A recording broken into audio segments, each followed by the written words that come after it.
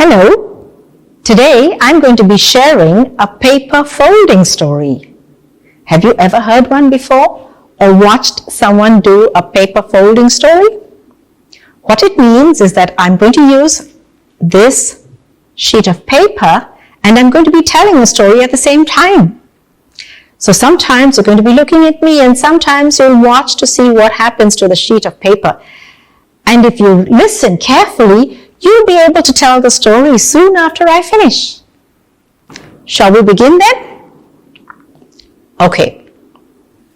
I live in a square flat in a tall block not far from here. And in my block, there is a man who is so tall and so big and so strong that the children call him Mountain Man. Can you see that? Now, even though Mountain Man is so tall and big and strong, he is still very kind. Mountain Man is often to be found on the void deck. Do you know what a void deck is? If you've lived in Singapore or Malaysia, perhaps you do know one or have seen a void deck. The HDB, Housing Development Board blocks, often have an empty space, a large airy space at the bottom of the blocks. And around every few blocks, you will find a little shop, perhaps a residence committee, perhaps a little preschool. So, Mountain Man, who is retired, is often to be found near the little shop there, what we call the mama shop. And he's friends with the shop uncle there.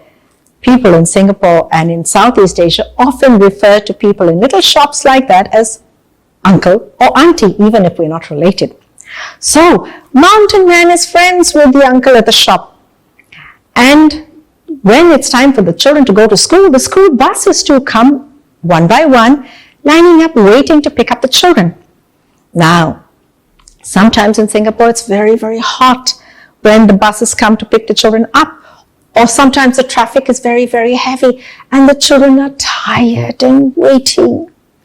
And they wander around and they say, "Ayah, why does bus uncle take so long?" And then Mountain Man, who's seated on a sofa near the residence committee, near the mama shop, will get up, hitch up his shorts, wander up to the children and say, "What?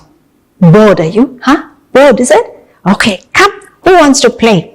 And of course, the children are happy to be entertained. And Mountain Man, do you know what he does? He puts out one strong hand like this. Let me show you how. You see? He puts out, can you see that? One strong arm like that. And he invites the children to hang from it. And they do. They come running up and one or two of them will leap up on top. And sometimes he very gently shakes it so that the children are swinging from his arm. And sure enough, children being children, another child will come up and say, Mountain Man, my turn. And Mountain Man says, "Well, it's a good thing I have two hands, right?" And he folds the other hand, just like this. Can you see that? Mountain Man there with two hands. And he might have a child or two on each hand, little children. He makes sure that they will be safe. And then he says, "Okay, are you ready? Hang on tight." And occasionally he'll take them for a little spin. And then he brings his hands down again and they slide off. And do you know what they do? They get up and they say, Again, Mountain Man, please, again." Who can resist the little children? So Mountain Man, he jokes with them. He says, Hey, this is Singapore, you know. Singapore can be very expensive. First time, Free promotion, okay. But next time, you must pay. He doesn't really expect real money from the children.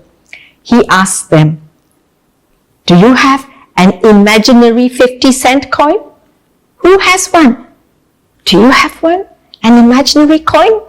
Well, usually one child would say, I have lots of money. And then sometimes they pretend to take a little coin from their pockets, and Mountain Man leans forward, and this is all pretense, of course.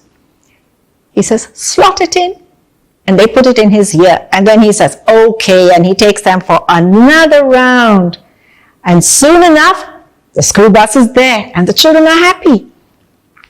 So one day, one little child looked up at Mountain Man, who she really adored, looked up at him and said, Mountain Man, how come you are so tall and so big and so strong, but still so kind? And do you know what Mountain Man said? He says, well, children, you know, Uncle here, Mountain Man, is retired. But before that, I used to travel the world. I was a sailor. And you know, I've been to many parts of the world. And the one thing I've realized is that the world can be a dangerous place. It's always better to have friends rather than enemies. So I try to remember 3 simple things. How many things? 3 things. The first thing I always try to keep in mind is to give and receive friendship and respect. Can you do that with your arms? Give and receive friendship and respect. That's number 1. See? Number 2 is to remember that here in Singapore, we have much to be grateful for, right? So at least once a day, whether or not you pray, at least once a day, remember the good things you have. And see here, bow your head in gratitude. That means be grateful or say thank you for what you have, only to yourself if necessary. So that's number 2. And number 3, whenever you get stressed, or it's too hot and you're worried or anxious, remember to sit back, see, sit back and relax and drink a cup of water. The end. And that's the story of Mountain Man. Did you enjoy that story? I hope you did.